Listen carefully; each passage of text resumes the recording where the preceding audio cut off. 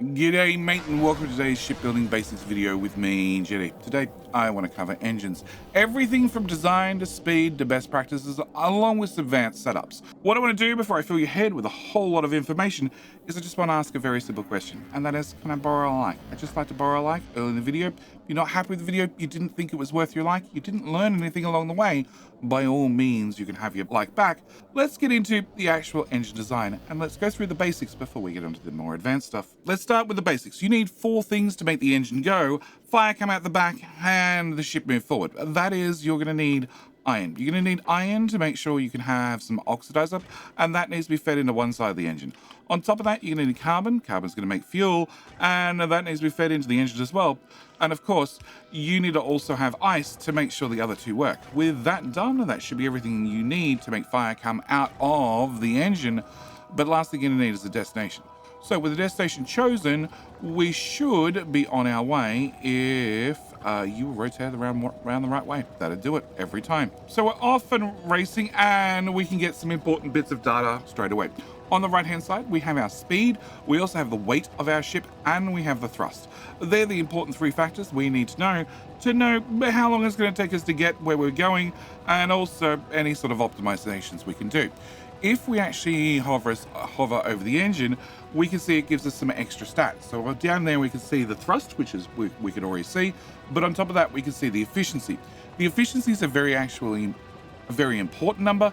It's going to give us ways we can optimize our builds and optimize our setup, but first off, we need to cover a couple of other things. First off, what the hell is making this ship go so slow, and how the hell can we make it go faster? Well, obviously to go faster in the grand Factorio way, we're just going to add 2 more engines, because that always makes them go faster. So with 2 more engines added, we're going to take our speed up from around about 5 kilometers per second. It's actually going to go up to about 7.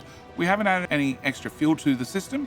We're still running on the same 2 chem plants, but the efficiency of the engines has actually gone up because there's less fuel to use, and all we need to do is wait for the numbers to stabilize. Once they're stabilized, we should be going around about 50% faster. So we've reached that at 7 kilometers per second speed. As we can see, the efficiency of the engines is around about 97%. That's not bad. Now the question is, if we added more fuel to the system, we doubled the amount of fuel, can we get the ship to go any faster? And the answer is, of course, throw in a little bit more fuel, throw in a couple of pipes, and that doubles the amount of fuel going in the system, which twice the amount of fuel going in the system, you would assume that we go at least twice as fast. We're heading over twice the speed we were just a second ago, but on top of that, the efficiency of the engines has actually gone down. So we're going faster, but also the whole system is less efficient. Now, efficiency is definitely important. Obviously, the higher the efficiency can be, that means the more fuel savings we're going to have. But now the question is, now we're doing 20 kilometers per second on 3 engines. On 1 engine, we were doing 5. We've doubled the amount of fuel. What happens if we go back to 1 engine? So back to 1 engine means we need to wait for the engine to restabilize and then find out what our efficiency is along with what our top speed is. So our speed is now stabilized around about 14.5 per second. So it's a little over twice the speed we were, actually it's 3 times the speed we were originally, with just 1 chem plant, one of each type of chem plant per engine. And the main reason for that is the efficiency graph when it comes to actual engines. So if we open up the Factopedia and we have a look-see, we can see that there's this intersection point around about the 80% efficiency, which is what we had with 1 of each type of chem plant. And with 1 of each type of chem plant, we get a fluid usage of about 83%. That doesn't really matter, but we get about 60% of the thrust out of the engine, compared to at maximum thrust, we get 100, minimum thrust, we get 10%. So this is definitely a sweet spot to aim for, but it does mean that in my particular case, I have a very, very slow ship. And the question you may have is, why is this ship so slow? It's only 333 tons, and that comes down to ship design, which plays very well with engines. If we have a look-see, my ship is very, very wide for no other reason but to be very, very wide. You may say, look, in space, there's nothing to slow you down. There's, of course, no wind resistance. Ship design and ship shape shouldn't matter too much. I could draw myself a giant and it would work fine, and I would say you would be entirely correct, except there's a catch. Out here in Factorio space, you're definitely getting slowed down by wind resistance, solar winds, or it could just be the sheer amount of junk that runs in the front of the ship. I'm not sure, but what I do know is if we change the shape of the ship, we could probably speed this thing up. So, quick rearrange to the overall ship shape, and as you can see, we're still at the weight of 333 tons, but our speed has increased exponentially. And that is, well, definitely a lack of solar wind resistance, or less crap running into the front of the ship. I'm not sure, maybe it comes down to the solar dust. Either way, we have a faster ship, and that's what really matters. The next question is quality. Would quality engines not help me? And the answer is, of course, quality engines would help, but they're gonna help and hinder all at the same time. So, if we have a look back in the Factopedia, we can see that with quality engines, the total amount of fuel usage does go up considerably. It starts off anywhere between 6 and 120 for our maximum efficiency and minimum efficiency, and then raises at legendary status to 15 to 300, which does mean you could be going through an awful lot of fuel. The thrust generated also increases at the exact same ratio as the fuel usage, but the efficiency doesn't change. So the question is, do you upgrade your engines to higher quality? And the answer is actually yes. If we cut this back down to just a single type of each chem plant, and let's reset the engine. Yeah, sure, that'll do.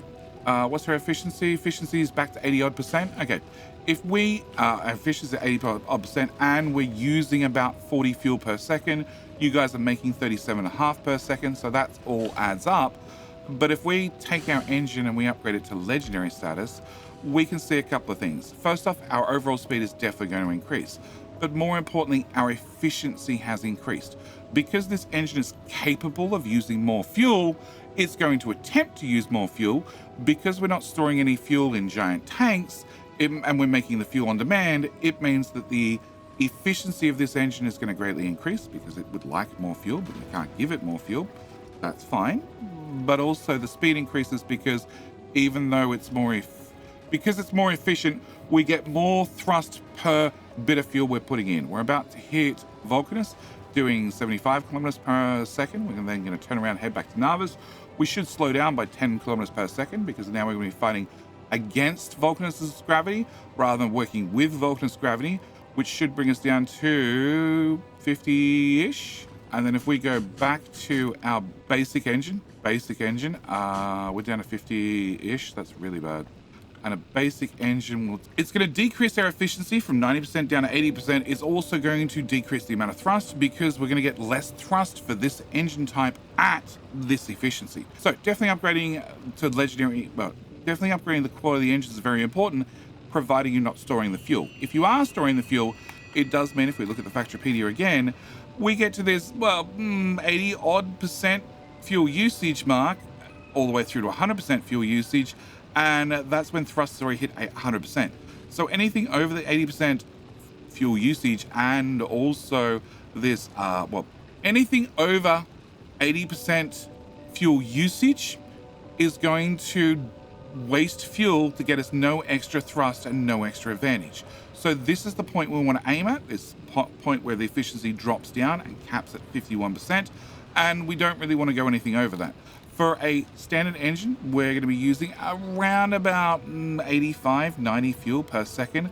For a legendary engine that can use 300, and if you have tanks full of fuel, you're definitely going to be using 300.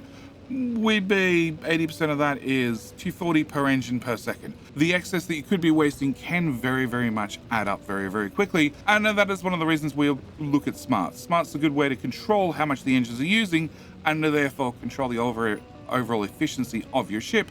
Also means you're not hanging around in orbit for nearly as long trying to refill the fuel tanks to then just throw 20% of it out the rear to do nothing for you. You can save that fuel for the next destination. But with the basics of the engine covered, the basics of the efficiency, we've answered some questions about quality. Do need to mention that there is a alternative recipe when it comes to both fuel and oxidizer. And can I just move that to there? And you're set. Can I change your recipe to that one? And can I change your recipe to that one as well?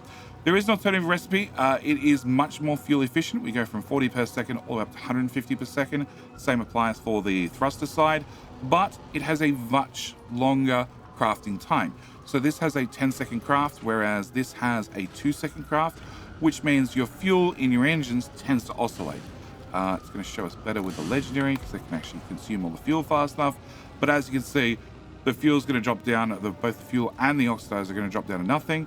And then when you complete a craft, we're going to end up with one of them's full, the other one's empty. Then the efficiency is going to drop way down.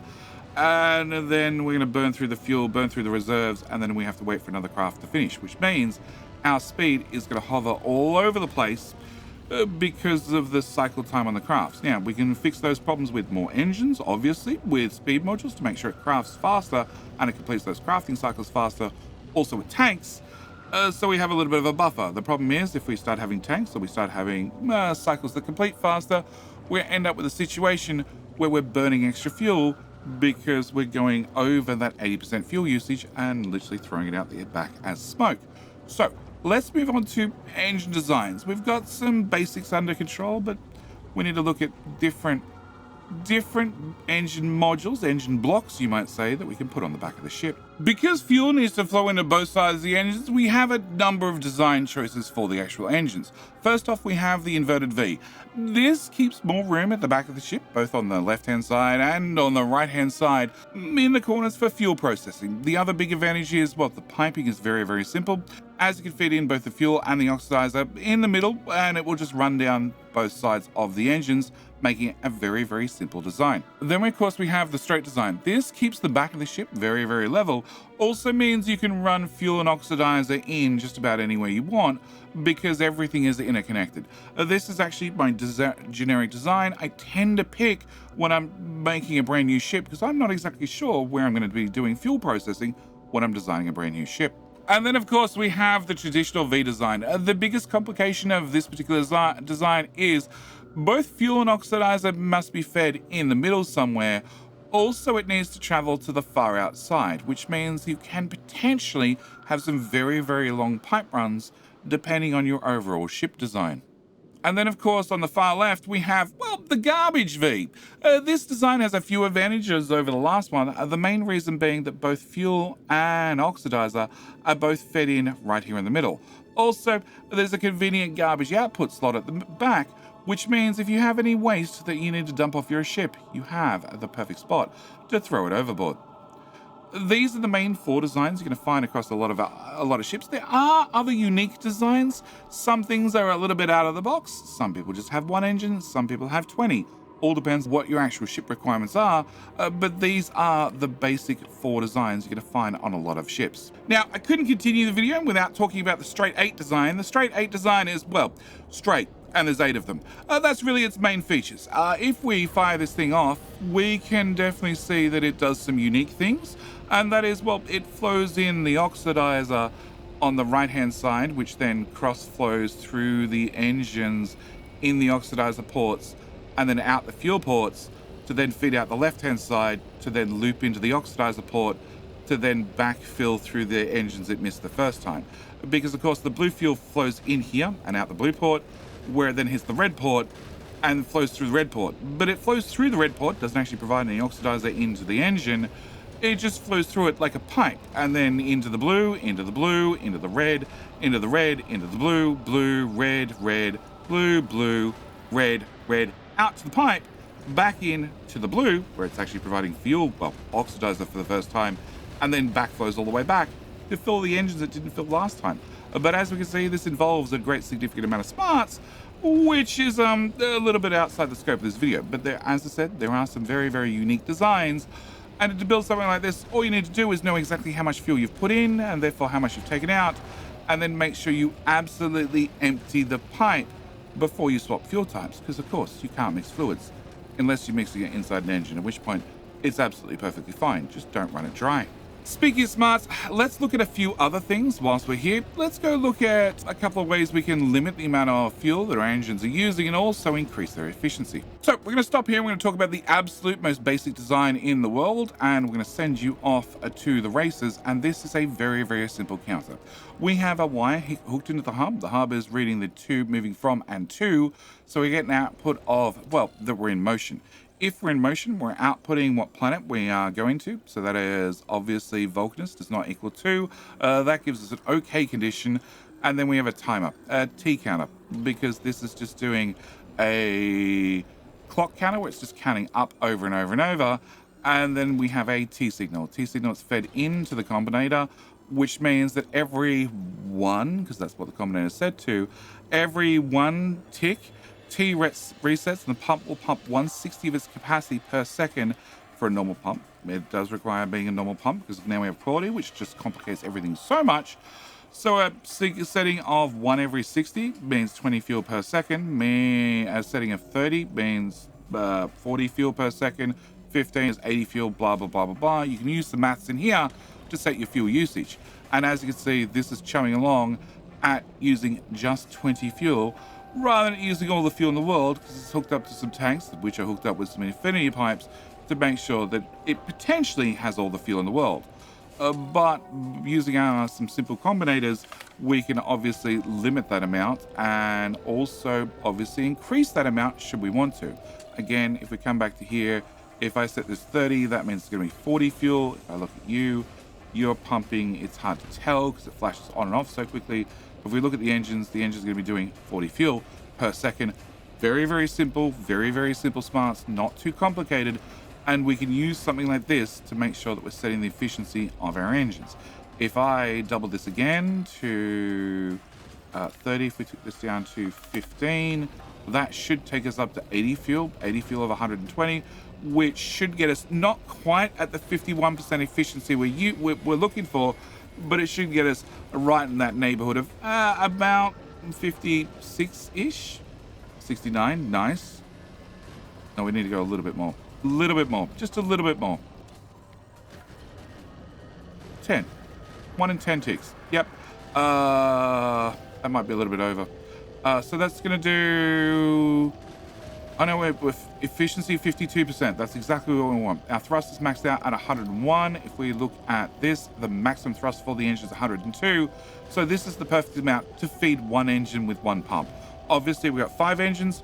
We just need to increase that amount by 5 times. This is very, very simple smarts. It does require you to do some mental maths to know what to set the combinators to, but this is where you start at. This is where you start to make sure you have an efficient design, and also make sure it has a cap on it.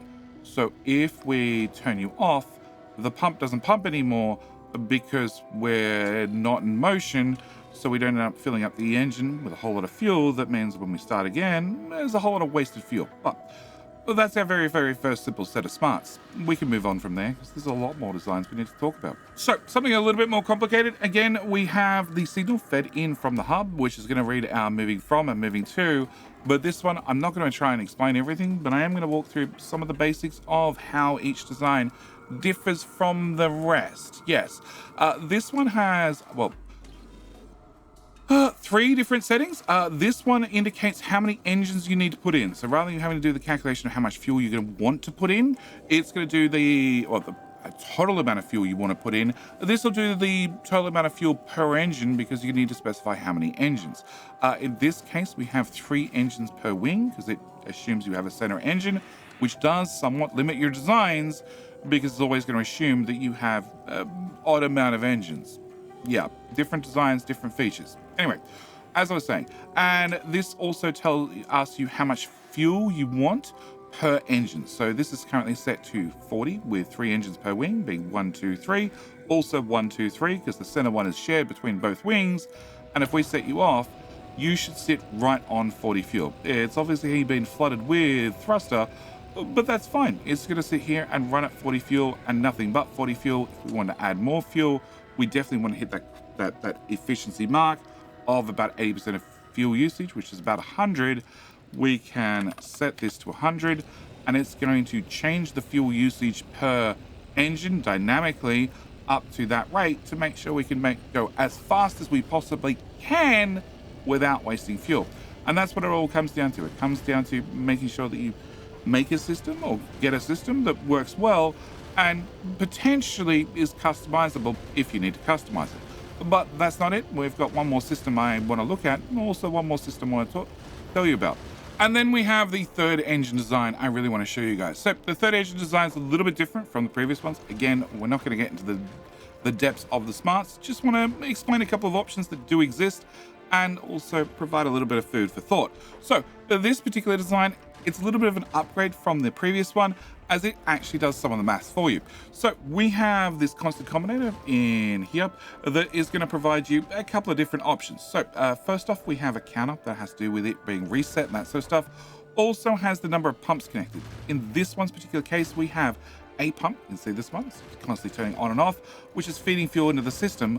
Also has a second pump that's going to pull fuel and oxidizer out of the system once we arrive at our destination, to make sure we don't have any extra fuel sitting in the pipes should something bad happen.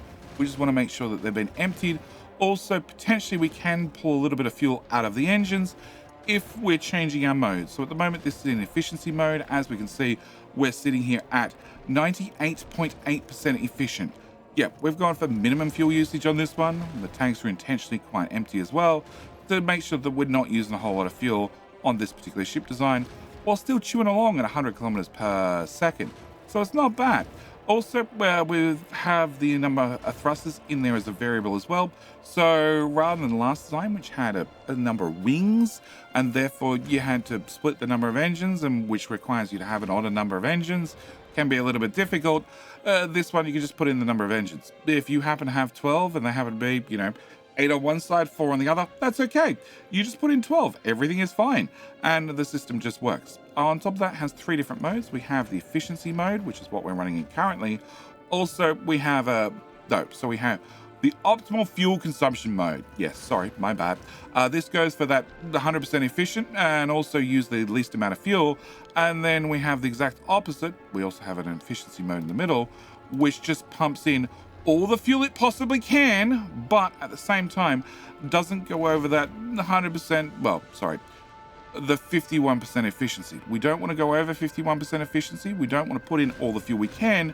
We want to put in the maximum amount of fuel to make sure we get the maximum amount of thrust. In the case of a standard engine, that's going to be 102 newtons, and we want to average out at 102 newtons. It's going to take a little while for that amount of fuel to get into the system, but if it's left in that mode, it will sit there and we'll get that 99% fuel usage and 52% efficiency, but not throw in all the fuel we possibly can. We're going along at 102 out of 120.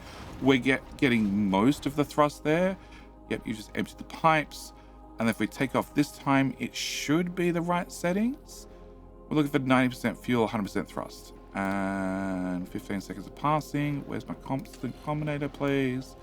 And there we go. 102 fuel, which means our thrust at 99. That's very close to 102, and our efficiency is at 58%. But again, different module, different options, different design.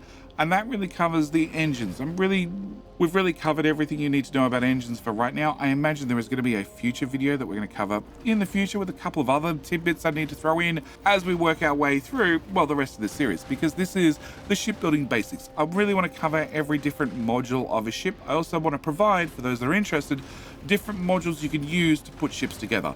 In my particular case, I have all these three different smart engine designs, along with a set of blueprints for the engine examples, which I can use, and I do use all the time when I'm building new ships. Something I can dump down very quickly, very efficiently, to make a new ship with a new plan. And same with this, we have, a blueprint I can put down and hook up the right details, set the right details in the combinator to optimize the ship the way I want. I do share all my blueprints with Patreon members for those that are interested, but at the very start of the video, I did ask, can I borrow a like? And I do want to say that if you found the video helpful, you found the video informative, you learned something along the way, I asked whether I could keep that like. I'd very much appreciate to keep that like. If you didn't find the video helpful, you didn't find it useful, by all means, you can have your like back.